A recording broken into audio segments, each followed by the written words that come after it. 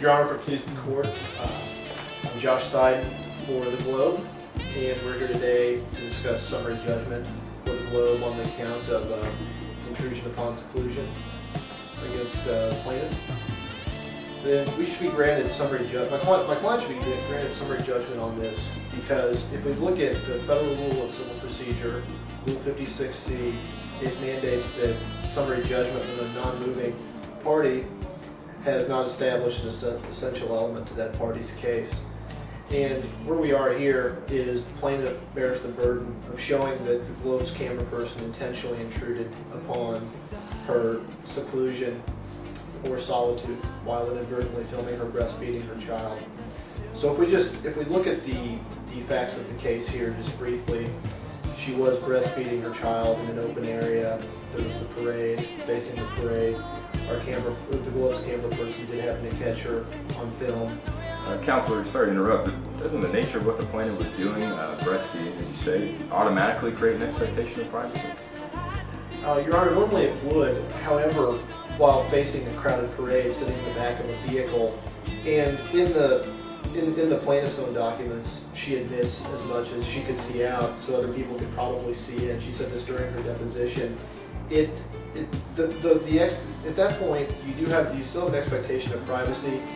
However, you're kind of assuming the risk at that point. It's at your own risk that you do that. When if you're seeing out, people can see in. Then basically what the camera person for the Globe captured was what any person walking by on the street could have seen. And in her friend's deposition, she even said, I can see Sarah, is the plaintiff inside, breastfeeding from standing outside the vehicle. Counselor, I guess I'm a bit confused about the facts. Was Ms. Kirk not tucked back inside the car? Did she use pillows, a blanket, her mother as a human shield, etc., etc.? I guess what I'm getting at is the standard of summary judgment, as you have stated. We have to view the facts in the light most favorable to the plaintiff. I mean, isn't there at least a fact question here? Shouldn't this at least go to trial?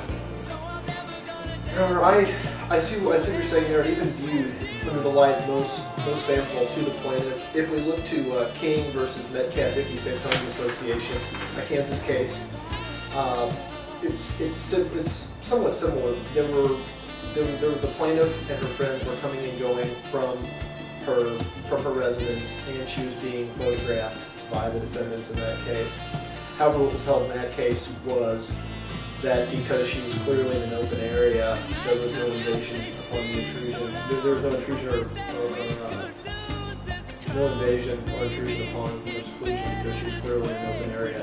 Now this, I understand that the plaintiff did take some acts to mitigate people possibly seeing her.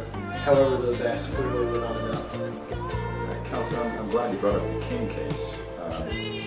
Essentially, the Judge Lundstrom in that case suggested that the plaintiff might have an action even if she was in a public place if the defendant had taken pictures with a magnifying lens in a non-public vantage point. Now here, your cameraman was on a balcony, seeing non-public means, and the camera being used had essentially magnifying capabilities. How do you distinguish between those facts in the case?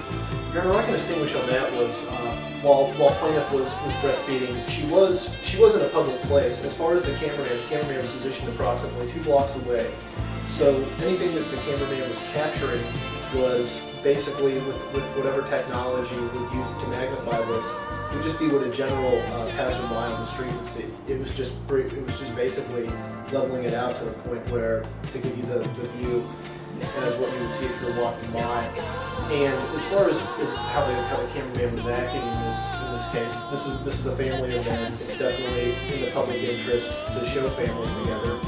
Miss Kirk was there with her family and her friends by her vehicle. So to capture the essence of the parade, it's only natural that a camera person would want to film that. Now at the time he began filming, she was covered up, so there wouldn't have been any problem. And as far as what was captured, I mean, if we can look at the end result of what happened that was pictured on Mr. Davison's blog. However, I think we really need to look to here is the intent of the cameraman. The intent of the cameraman was simply to capture that it was a family affair and that there were families out there together. It's unfortunate that the blanket did slip.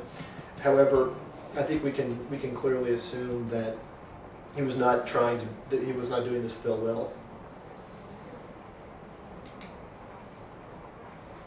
And that, which leads me on to whether